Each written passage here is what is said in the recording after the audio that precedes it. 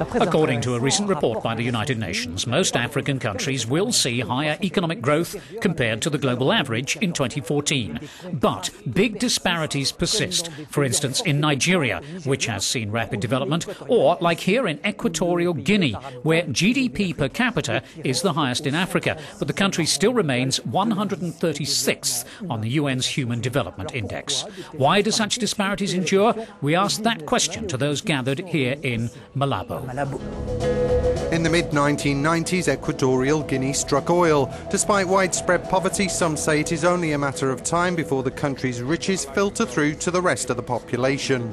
When you're looking at the European countries, we all know European history, and the time is taking a lot of changes have had to come through. In Africa, relatively speaking, that development, if you look over the period of time from colonization to now, it's been quite rapid and it's moved very quickly.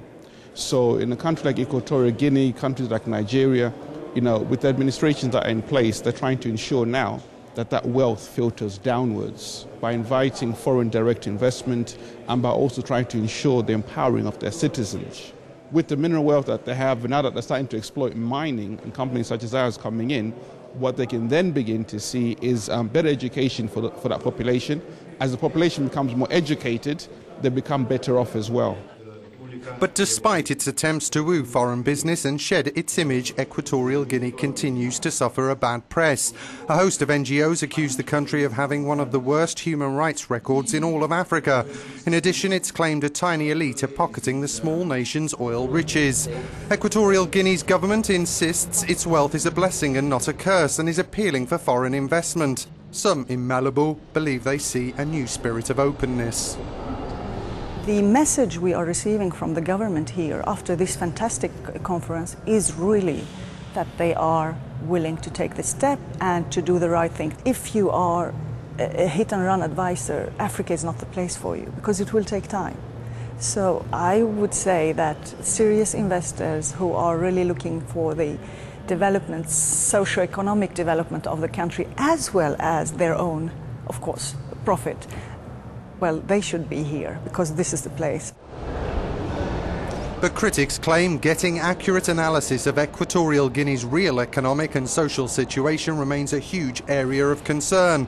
Transparency International has put the country in its top 12 of most corrupt states. Even the government admits its failure to provide proper data is a problem. We're in a country that is starting from scratch. We need to develop, and we're doing it bit by bit. One of the government's priorities now is to develop the country's human resources. That means better education and health. This year, 35% of the government's budget will go on social spending.